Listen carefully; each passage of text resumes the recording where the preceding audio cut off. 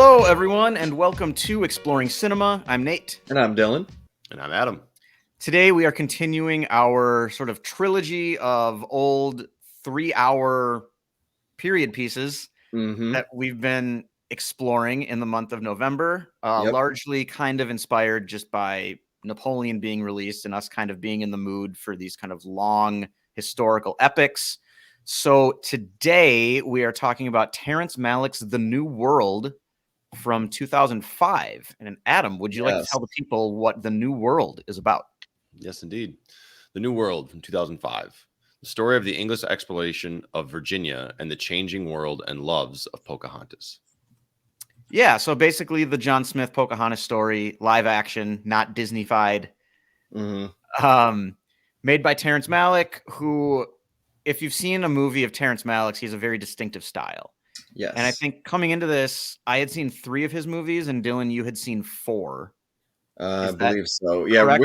which 3 have you seen? I had seen his first 3 movies. I'd seen Badlands and Days of Heaven and The Thin Red Line. And then I think you had seen those plus Tree of Life. Is that? Yes. Days of Heaven, Thin Red Line, Tree of Life, and Badlands. Yep. And he's a very interesting director because he had a 20-year gap between Days of Heaven and The Thin Red Line. And so like very highly critically acclaimed first 2 movies with Badlands, which honestly, like what a debut. With Badlands. And then Days of Heaven and Thin Red Line. I was kind of mixed on Terrence Malick coming into this. I love Badlands, didn't really like the other 2 very much, where I think you had liked pretty much everything you had seen from him. Is that correct? I liked Days of Heaven, liked Thin Red Line, Badlands really liked, and then Tree of Life, I still don't to this day really know how I feel about it. Don't really get it. I do get it's just it's Terrence Malick. It's just so the themes are so heavy and vast. It's kind of but I would recommend it. But in general, I vibe with his style. I get it. I appreciate it. Yep. Oh yeah, that's my kind of background. And then Adam, this was your first Terrence Malick movie, correct? This was, I think I'd seen maybe like 10, 15 minutes of Thin Red Line, but that's ages ago. Yeah. So this is the only thing I've seen. So the 3 of us watched this together. We watched the 4K extended version. Yeah. I picked this up over the summer, finally got to it, the Criterion copy. And so, we watched this together. And I remember telling Adam, like, before the movie started, you've never seen one of his movies, so just be prepared for lots of, like, shots of nature with, like, the grass blowing in the wind for, like, 30 seconds. Yeah. And there's a lot of that in this movie. But before we kind of dive into that, at a glance, directed by Terrence Malick, his 4th movie, had a budget of $30 million. And it made $49.5 million, which back then isn't like that much money for a movie like this. But if this movie came out this year, I feel like it would make like $9 million. Yeah. I feel like just nobody would go see something like this in the theater right now. It might do okay on streaming and after the fact, and who knows? We can get into that a little bit later. But $49.5 million on a $30 million budget. This is easily the worst like overall reviewed movie that we've talked about so far. Okay. Really? It's got a 63% on Rotten Tomatoes, a 6.7 on IMDb, and a 3.8 on Letterboxd. So a very polarizing movie, I think, because there are a lot of 5-star reviews on Letterboxd and just kind of around the movie sphere. There's a lot of people who love this movie. There's a lot of people who just think it's boring as shit.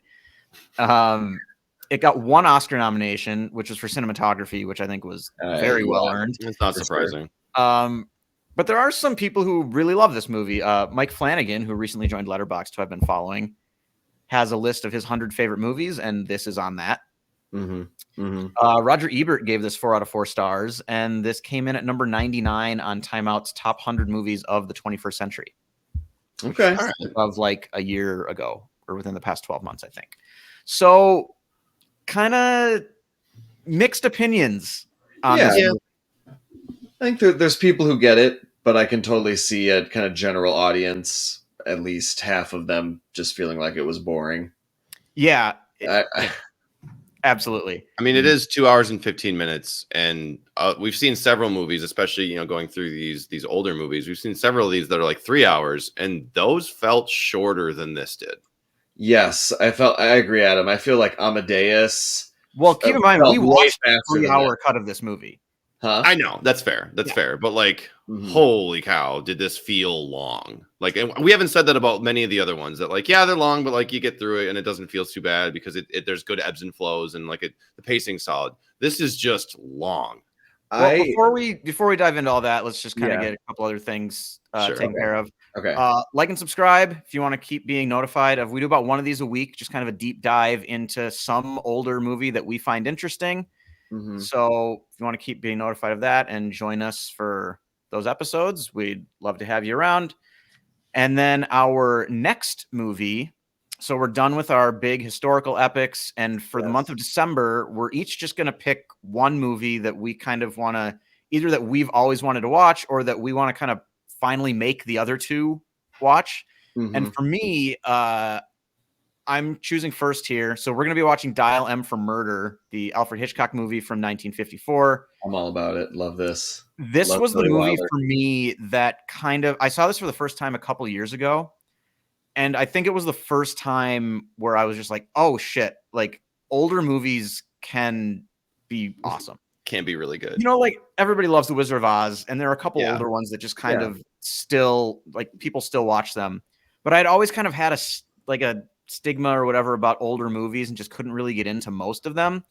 And then Dial M for Murder just blew my mind. And I've been watching a ton of old 40s and 50s movies since Dial M for Murder. So this was sort of my gateway drug. So I wanted to share this one with you guys, kind of have you finally watch it, and we can dive into that next week. Sweet. So I think that'll be a lot of fun. So yeah, opening statements. I want to hear from Adam first because this is your first Terrence Malick movie. I just putting you on the spot here. Yeah, a beautiful movie that just doesn't quite do anything. Okay. So here I know we don't normally say like what our star ratings and stuff are for these movies. Yeah. I would probably give this like a 3.5. Like it's definitely it has 5-star elements all over this movie. Just when we got done, I was like, all right. You know what I mean? I liked it, but I was just not overly like blown away by like the story and all that stuff. Obviously, this is something we've seen before. It's Pocahontas. This Pocahontas story. So like it wasn't that new and like inventive. Kind of like how like you watch Avatar and you're like, it's good, but like it's Pocahontas, so like whatever. You know what I mean? So like it was gorgeous. It was awesome to like live in that world, and everything is so well constructed and like so authentic. Like that is unparalleled. That right there that's 5-star. That's masterpiece. But the movie itself, I was just like, all right, it's fine. I'd love to see other stuff from Terrence Malick. That can't wait. But this one, I was just like, all right, that's what it was. Dylan. Interesting response. Yeah, so and I totally get it. I 100% get it. My opening statement is I felt like the pairing of this story and setting with Terrence Malick's style created some truly breathtaking moments. And like I literally that word like a couple times where it was like, oh my God, like look at that shot, or just like I mean it truly the peaks are very, very high for this movie. The nature shots are some of the best I've ever seen. Definitely 4K TVs were made for this for sure. And this is coming from us who just watched Barry Lyndon, and we're here again telling you like amazing, amazing. That was crossing my mind a lot during the movie. I was constantly. Like, Barry Lyndon's one of the best looking movies I've ever seen, and is this maybe better? Yeah, right. Just all the nature, just so America beautiful. in its authentic early beauty before there was shit everywhere. American cities, you know what I mean. Unlike I with want Barry Lyndon, Adam's line there on the poster. On the Chiron. Yes. Before there was shit everywhere. Yeah. Unlike with Barry Lyndon, though, I actually liked the first half better. Second half, to me, it did feel like it dragged a little bit, it got a little slow, and it did kind of lose me a little bit towards the end. But overall, I still really liked it and would recommend. And, I feel like what I was thinking when you were talking, Adam, and it's kind of like, you felt like, okay, nothing happened. Like it was cool, but like you walked out of there like, okay, that was fine. Like I feel like that's the Terrence Malick style. It's like he just like draws a bath for you, and you're just supposed to like kind of what it's supposed to be, and look around at like the pretty flowers and the candles and just be like, wow, this is a real experience. And like some people are going to walk away from that and be like, oh my God, that was amazing. And some people are going to be like, I mean, it was a bath, it got a little old. That's fair. That's fair. I mean, that's what I mean. I loved living in it. Yeah, it definitely, you can feel how like his style it creates like a mood. And I felt like that was definitely present in this movie. It establishes this very like we're just in the woods with these people, new world, cultures meeting, all this fascinating stuff happening, and we get to just like be there, and it's like beautiful all the time. So very nice experience. Okay. So for me, this might be sound a little strange, but my opening statement is that I feel like I've been looking for this movie my entire life. Wow. So you really liked it. Okay. I watched this again, which might blow your guys' minds, but I mean, I would watch this again. I'd watch this again like this weekend or something, but I can also explain a little bit of why it's really easy for me to just like rewatch this right now is because since I'm recovering from hip surgery and I've spent 2 hours a day in this like leg machine where I just have to lay down and let it like run. I don't like watching like new stuff while I'm doing that because it's kind of distracting and it's a little weird. And I do them in like little 1 hour chunks, but it's really easy to just rewatch something while I'm laying there. It's like and especially for this, like I split it up into kind of like 3 separate hours, basically. It's like, okay, I'll watch this while I'm running this on Sunday and then, or, whatever. Yeah. And also, Dylan, you mentioned, I think early when we were watching this that, you forgot like how much you kind of are interested in this time in history. Just like 20 minutes into the movie or so. Yeah. And that's part of it for me too, is I find this era fascinating and there's not a movie of this era that I really, really like. It's kind of part of why I was so disappointed. It's a little bit later, obviously, but like very disappointed with, Last of the Mohicans. I shouldn't say very disappointed, but it was just more of like a romance.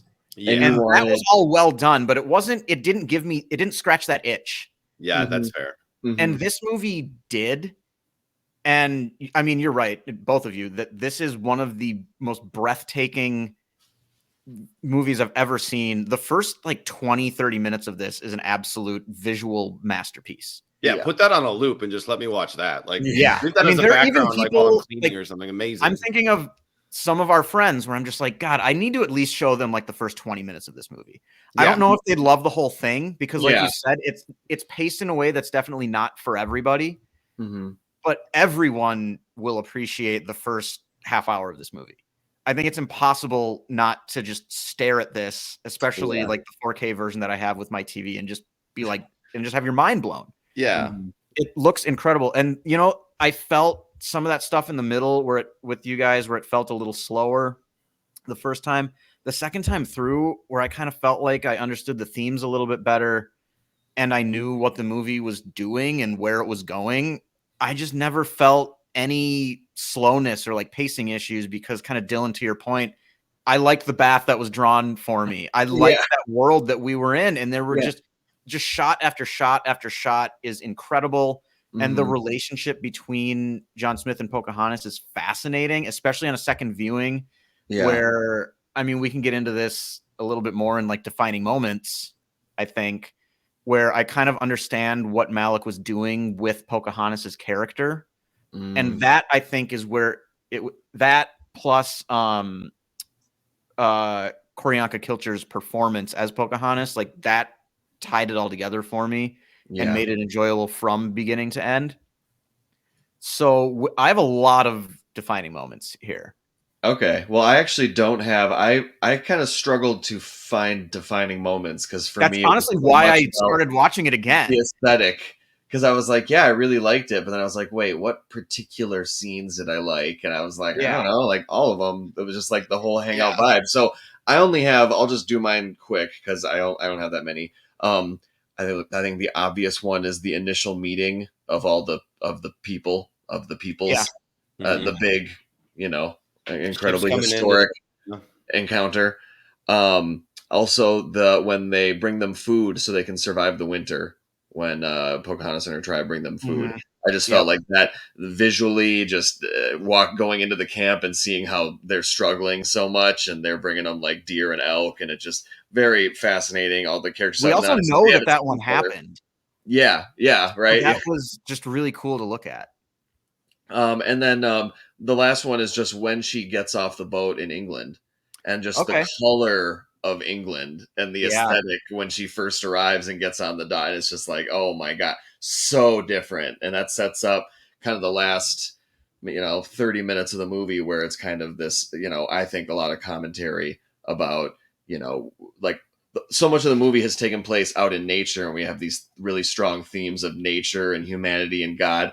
And then you get to over to England in the last 30 minutes, and it's all like gray and brick and stone. But then there's these very curated, like high society areas that are like nature, but it's like different. It's like man-made. It's just very weird, very interesting. I like that. I like that setup there. But yeah, right when she got off the boat, I thought it was a defining. Yeah, I wrote in one of my observations and musings to kind of build off that point you just made, is that the settlers try to bend nature to them, while the indigenous people, the Powhatans, just live within it and kind of work their way through it and around it. Yeah. And so I like that kind of contrast at the end there with the very manicured like lawn and yard and hedges and stuff, which is like, there's beauty there too, but it's very different. Very, very different. Yeah. Yeah. I've only got a few because obviously, Nate, I know you have a bunch. So I have one of them, obviously the main scene that you talked about, Dylan, the cultures meeting.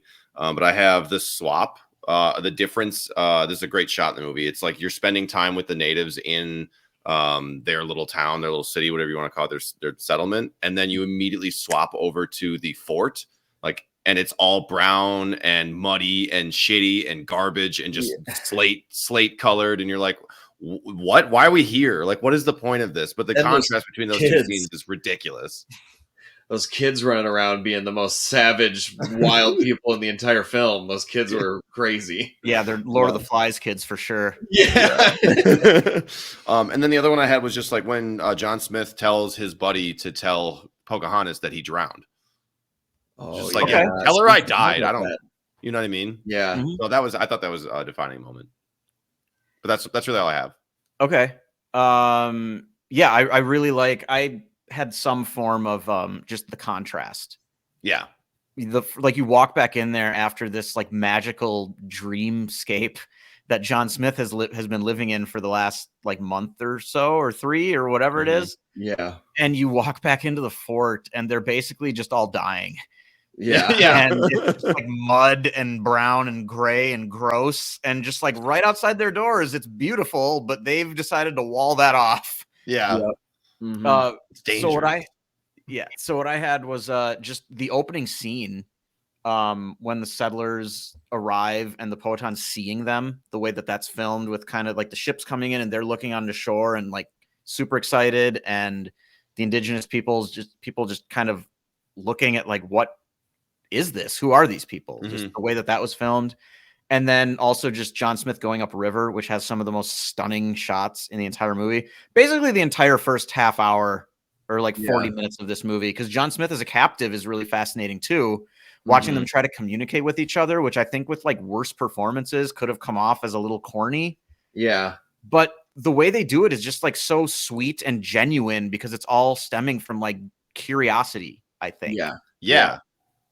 There's not really like a antagonistic element to it. Everyone's just kind of like walking around at each other and looking at everybody. Like people are standing still and just like letting people like touch them and like look. It's very, very odd. But like, and what would that have been like? Right? Like that's the movie makes you think of all the time. And then I also had when Pocahontas and them bring food during the winter. And then I have a little sequence here of Pocahontas in grief after hearing of John Smith's death. The second viewing, that one really got me. Just like how isolated she is. You see them like how communal everything is where she's from. And John Smith dies and she starts walking around for like people to share her grief with her, and nobody really seems to care. Yeah.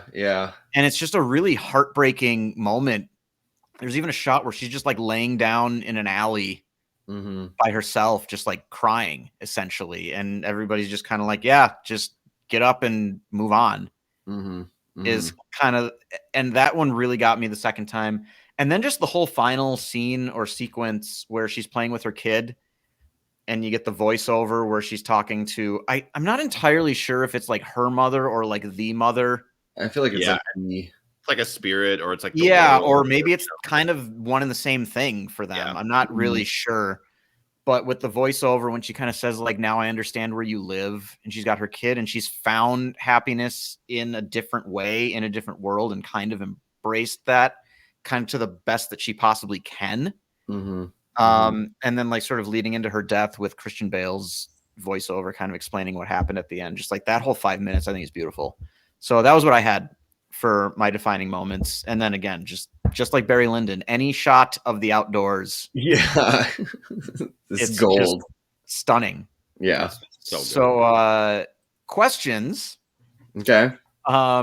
First one, is this better or worse than Disney's Pocahontas? Oh man, I feel like better is it's the perfectly ambiguous word. I mean, it doesn't have the awesome songs.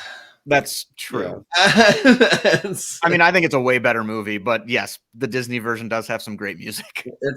This was meant more as a joke. It's definitely it's a highly crafted film, and Pocahontas is a really good kids movie, really. Yeah. And then next question, Christian Bale or Colin Farrell? In this movie? Just however you want in things. In general, in this movie, if you had to marry one of them, whatever you want it to, yeah.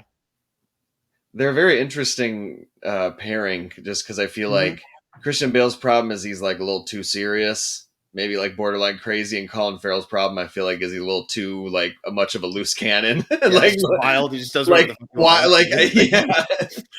guess I'll go Colin Farrell overall, but Colin Farrell for me too, just overall. Like if Banshees of Inisherin out, what? Banshees of Inisherin is putting it over the top for me.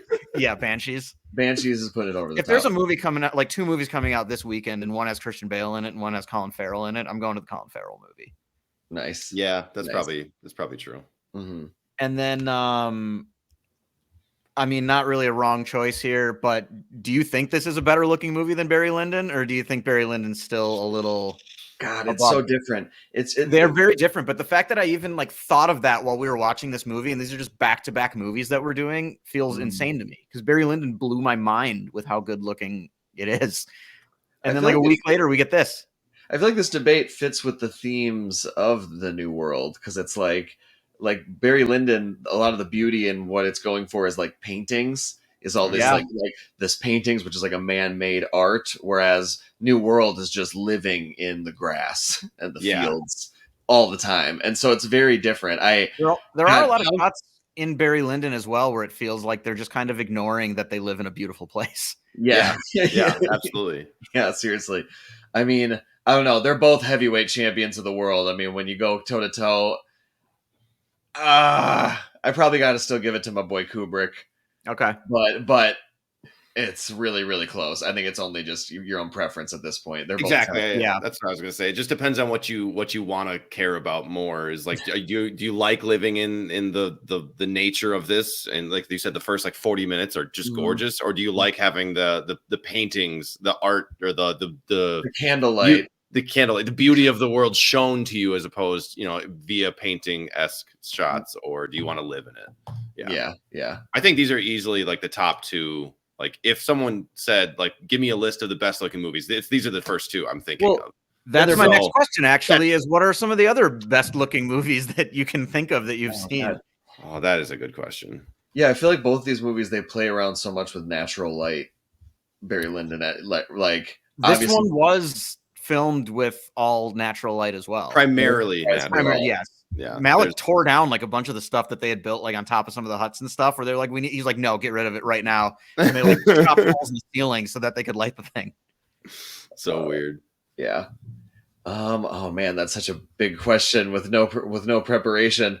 I mean, I'll think about it. This is a different type of movie, I suppose, that looks good. But like Into the Spider-Verse, Across the Spider-Verse, both those were incredible. It's just as animated. Spider-Verse. I was gonna say like, Portrait of a Lady on Fire. Even like some of this with the nature Dune. stuff, like Monos from a few years ago. Yeah, the really really good nature shots. I thought of Portrait of a Lady on Fire and Dune, kind of like right off the bat. Mm-hmm. Yeah, those are good ones. Ones. Oh man. You can think about it a little if you want. Get some of your other. Maybe Interstellar. I love The Vision. The Vision is just so well. I've never disagreed with how good that movie looks. Yeah. Let's leave it at that. Any other questions you had? That was it. Okay. My only one was just like, why do you think John Smith doesn't stay with Pocahontas? That's awesome because I have that listed in my observations and musings as something to talk about. So watching it a second time, I felt like we can talk about this now. I felt like I understood what he was doing with Pocahontas as sort of a hopeful, like she's the example, I think, in Malik's mind of like what could have been.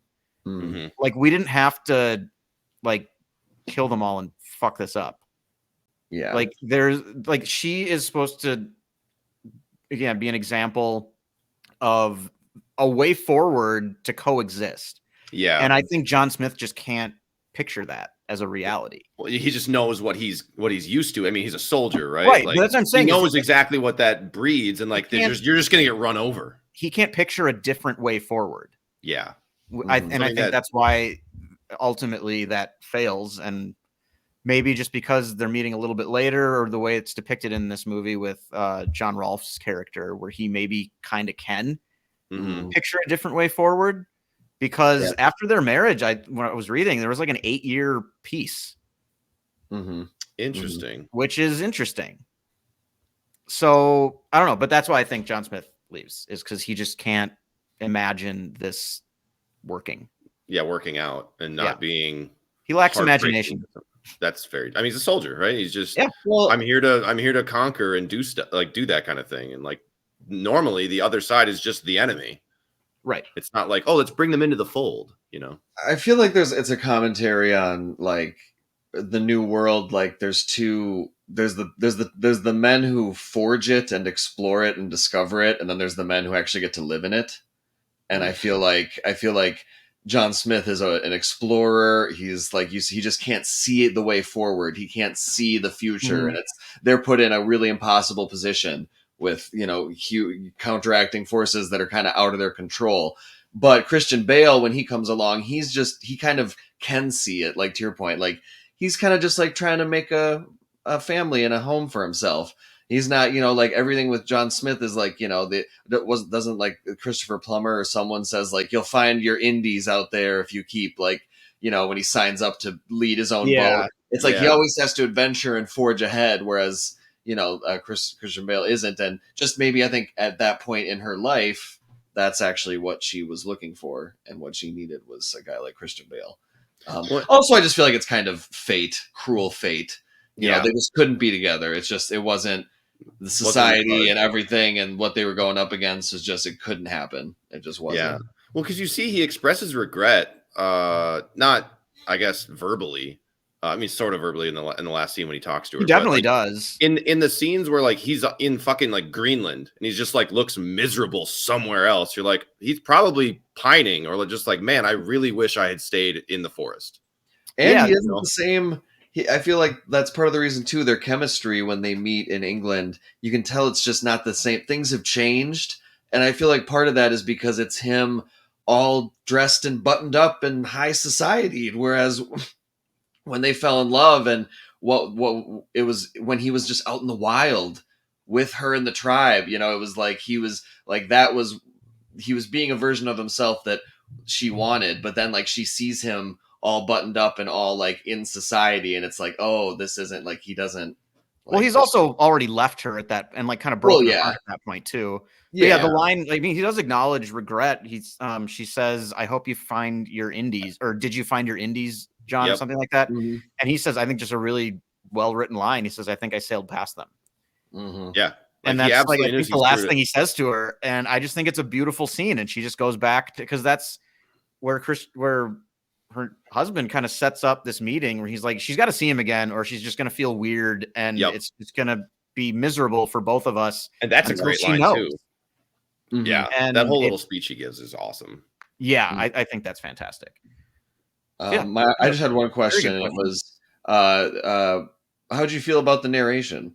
And in comparison to, because we're on a little inadvertent streak here, we are of narrator with Amadeus had kind of the voiceover a little bit. Then we also the Killer had narration, voiceover, and then Barry Lyndon had a narration by not a character, just an anonymous voice, like an actual narrator. Narrator. Now we're back to multiple characters having narration. So how do you feel about our narration journey and where this movie I loved it, and I thought, like, especially for I think it works very well because for a character like John Smith, where like we speak his language, we're getting a lot of narrations of like kind of his inner thoughts that he can't voice out loud to other people, which I think fits in with his ultimate failure to just like be able to see a way forward with them coexisting. And then we get Pocahontas's where like we don't speak her language at first, and she's not saying a lot of these things out loud to him because they can't really talk to each other yet.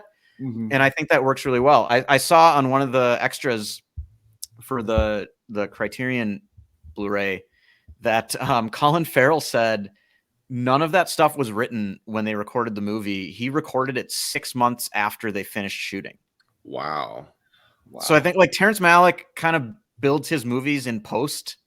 So I've heard production. He films like a shit ton of stuff and then just like pieces it together, and then like kind of fell into this like sort of nature shots and like just long, slow shots of people kind of discovering each other, but not verbally communicating, and just adding those kind of inner monologues as voiceover, I think was sort of his way to kind of add some humanity and like some heart to it. And I just find it very effective.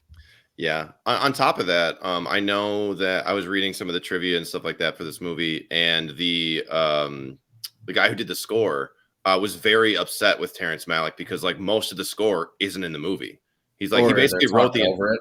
Yeah, well, they don't even add it because he chopped up so much of what like the score was on top of the movie that like it no longer made sense to have music in it. So a lot of like the voiceover probably comes from not having background music just to like go off of and kind of fit your vibe and fit your mood. So the voiceovers do a great job of putting you, like you said, Nate, in the character's mindset, and actually like because you're living in this world, you're not going to have you need to have your thoughts, or you need to have kind of an explanation of just how the feelings are going, because there's not a lot of direct dialogue between the characters. Yeah. So I agree with that. On to observations and musings. I kind of mentioned this one already. I really like the way that they depict the differences in kind of the way that these two communities handle grief. I thought that was really well done. And then another thing that I just think works about this really well that I picked up kind of on a second viewing is that for the most part, this movie is made with like, the movie isn't aware of what's kind of coming around the corner. You know, it kind of lets us live in the exploration part of it. And like, it's not made with kind of a revisionist lens of like, you know, the character, like the movie isn't kind of guiding us towards disaster. We know it's coming, but the characters don't. So it kind of lets us experience it that way.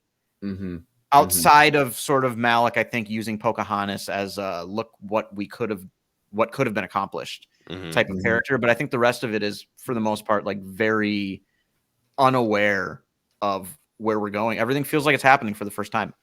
Absolutely.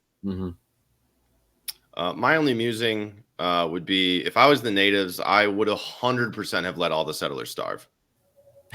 I would have let them all. I would have let them all die and like burn down the fort. Done away with that. Obviously, the people would come back. Obviously, none of us would be here in the same capacity if that had happened. If Thanksgiving had never really happened, but like that's an invading force. Like, kill them. They're about to change everything. They walked over, or they first of all, they got all the way across the Atlantic, and they have large weapons that like aren't your spears and your bows and arrows and stuff. Like, They're going to decimate you. And then they did. Like, they burned down that village. Like, doesn't take anything. Well, and to your point, Nate, like, that's the way that's depicted in film when they do bring them the food it's not done in a revisionist way. It's not just like, like dun, dun, dun. And then they did help them out, which was the mistake, because clearly we know now, like it's very in the moment. Yeah. Very like out of the goodness of their like, they just, think like those are people that need help. Let's help them. And it was, they're all going to die unless we do something about it. And we can favorite daughter of 19 kids or whatever. And she was the favorite. I mean, that's some pull right there. If she's like, let's go help them. My only observations was one, blown away by Kilcher. I don't want to mispronounce her first name, but I'll give it a shot. Koryanka Filcher. She was incredible. Kilcher, I thought she was the best. I thought she was the best performance of the movie. Totally agree. For sure. I think that without her, like, it wouldn't have worked. Honestly, I felt like Colin Farrell was good. I wasn't necessarily really blown away by him, and I felt like the character of John Smith in general, maybe I need to see it again, but I don't know. I didn't feel like a huge connection to it. Mostly because the way it's filmed, a lot of brooding looks and voiceover, and he doesn't really talk much and yada yada. But I really, really, really liked her performance. She was incredible.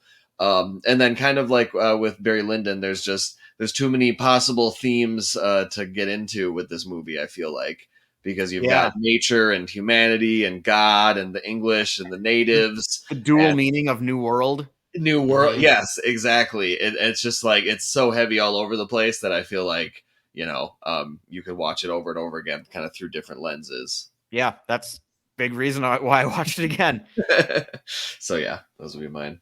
So then on to tidbits, and Adam, I've got a couple that I want to kick off with, and then we can get to yours. First off, just to kind of bounce off of your point about Koryanka Kilcher, any guesses as to how old she was when they made this movie? Oh, this is one of my tidbits. So yeah, I know this one. Oh, really? Yeah. I mean, what was she, like 18? She's 15 years old. Oh my God. Yeah, she's born in 1990. She was 14 when she got cast for this role. Yeah. And the only reason it took so long to cast, they looked for an actress for Pocahontas for 8 months. Mm-hmm. And they kind of found her because the casting director cast her for something else around that time. And then it just continued to kind of take longer because they were just kind of insistent on finding an 18-year-old who just looked younger. But every person they brought in just like wasn't as good. And they were just like, it's got to be her. Well, and they opened it up to native indigenous peoples from both North and South America just because they weren't finding the people that they wanted to find. Yeah, they cast a wide net. Yeah, so that's for sure. That's pretty interesting. Yeah. And maybe it works too because also there's their romance, the way it's depicted, is not very physical at all. It's very spiritual, like hand touching, little this, little that. It's not so. I thought that was beautifully depicted, though. Yeah, like, in the way where you can just feel like that feeling, like you just never want to leave. Mm-hmm. Yeah, it's just an instant connection. Yes. Yeah, and then the costume designer had to become a licensed fur trader to acquire enough deer skins for the costumes. They didn't have enough, and you can't move them across state lines unless you're a licensed fur trader. So she had to get a bunch from like Minnesota and the Dakotas and like Canada, I think, maybe a little bit. And so she like literally had to get a fur trading license to get like 35 more deer skins for costumes. That's awesome. Great. And then Terrence Malik would get distracted by nature while filming the movie, and people would just notice that, like, oh, he's not filming the scene anymore. He's filming those ducks over there. Seriously? They like just having a camera and being like, yes, very good, very good, very good. Yeah, that was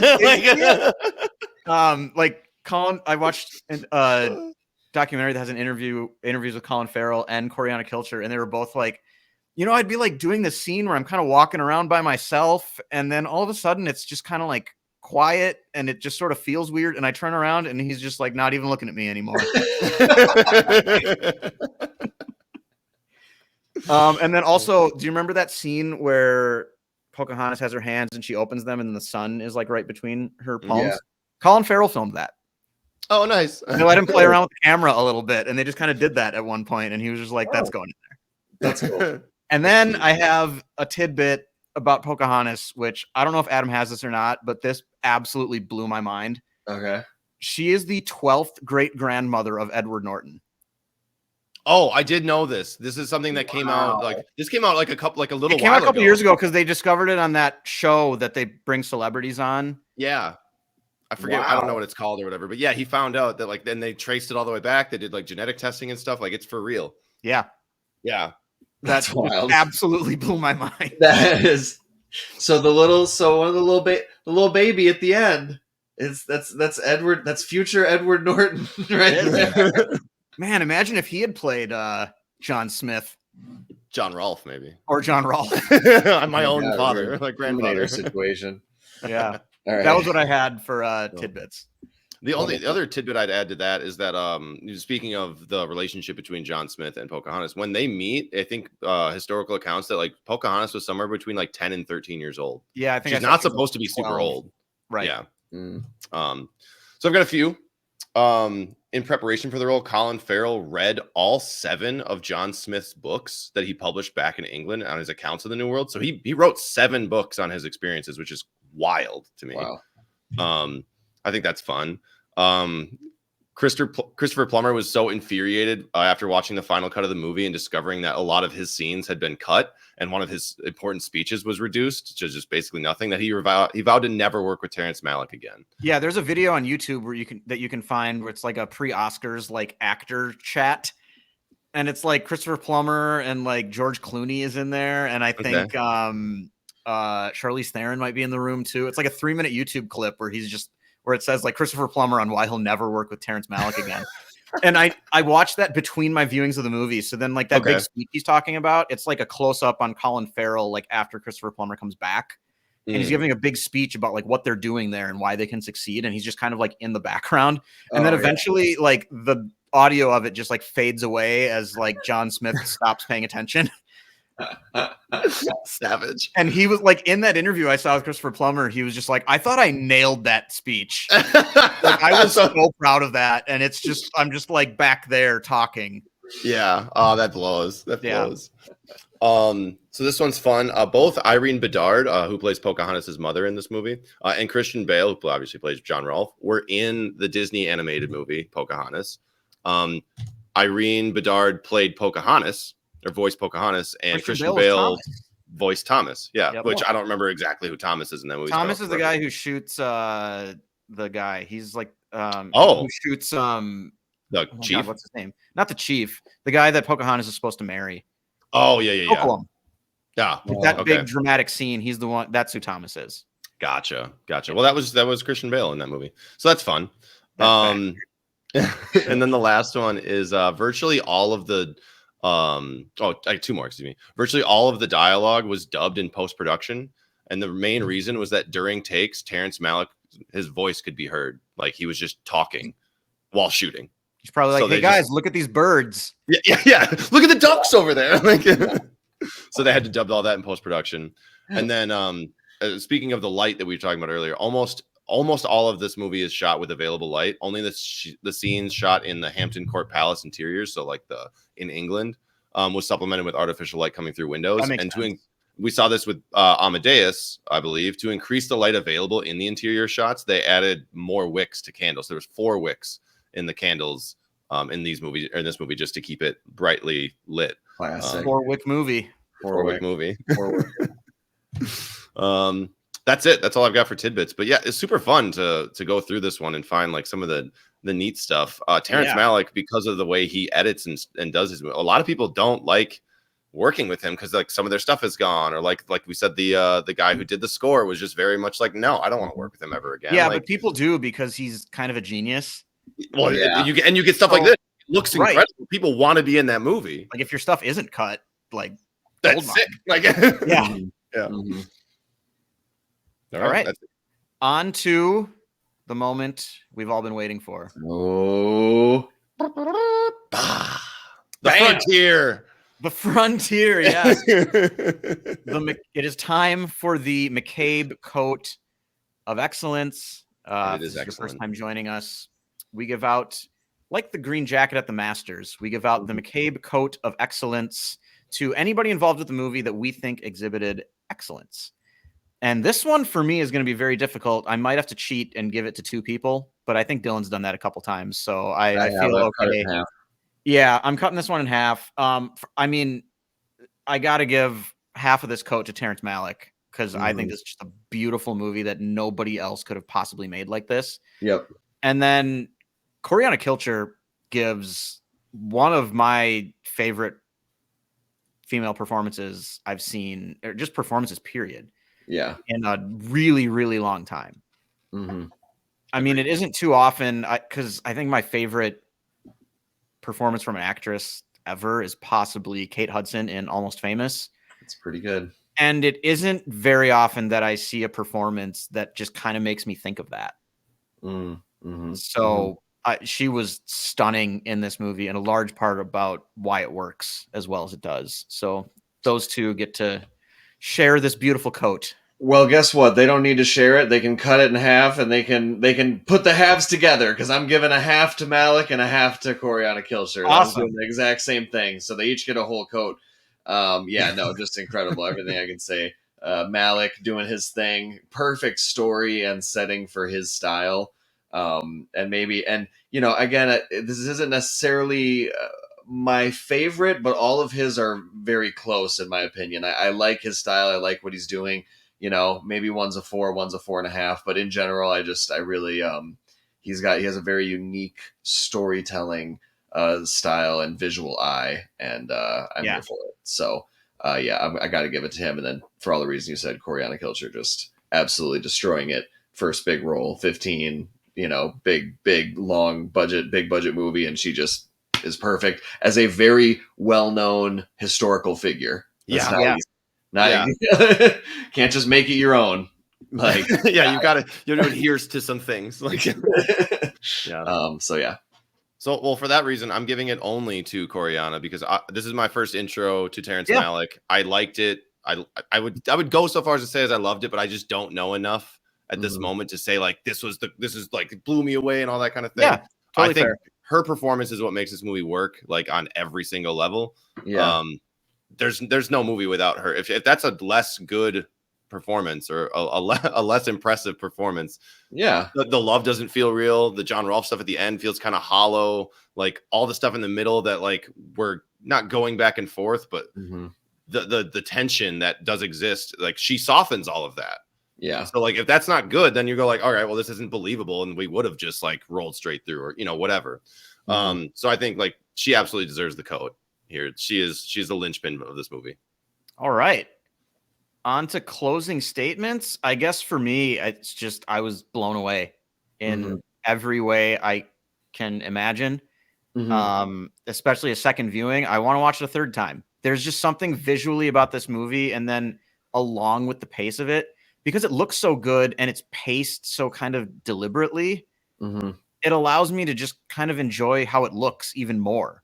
I don't feel like I have to, like, I don't feel like there's stuff with people, you know, like bells ringing over here, and I don't get to look at the majesty of it all over here. It's just all kind of one thing. And yeah, absolutely loved it. Nice. My closing statement is short and sweet. Terrence Malick's style is like poetry, and poetry is very subjective, but you cannot deny the artistry in this movie, and would definitely watch again. Yeah, as an intro to Terrence Malick, this is a great first movie. His movies will be appreciated by all, but maybe not loved by everybody. But you will appreciate the talent that it took to create this. I gotta say too, thinking about it, and then we'll wrap up this episode. To bring it all the way back to the beginning, my bath allegory. Looking at the movies that I've seen, I think Adam, you should watch The Thin Red Line next. Okay, I was going to say that or Badlands. Yeah, that or Badlands. I mean, because Thin Red Line, war movie, Badlands, Fugitive, Lovers on the Run. It's just it's his style, and it looks really great, but it's kind of a more action-driven plot. Okay, both of those. So I feel like you might. The balance might maybe there's more to grab onto, because like you guys said, this is this and Barry Lyndon, it's all very like there's so many levels of so many different themes that are going on that like you're not going to pick them all up on the first viewing, which is why it's fun to talk about these movies like this, because like I don't feel that it blew me away, but I'm still appreciating it for what it has and what I'll find out next time. You know what I mean? Yeah. All right. Wonderful. Well, this was good. This is a great pick. And do we know? And our next one is going to be Dial M for Murder, courtesy of Nate and his. His Dial M for Murder, first Hitchcock movie for this show. I am pumped for you guys to finally watch this one. Yeah, it should be fun. All right, whose turn is it to put a wrap on the show? I've got it. All right, Adam, take it away. They are gentle, loving, faithful, lacking in all guile and trickery.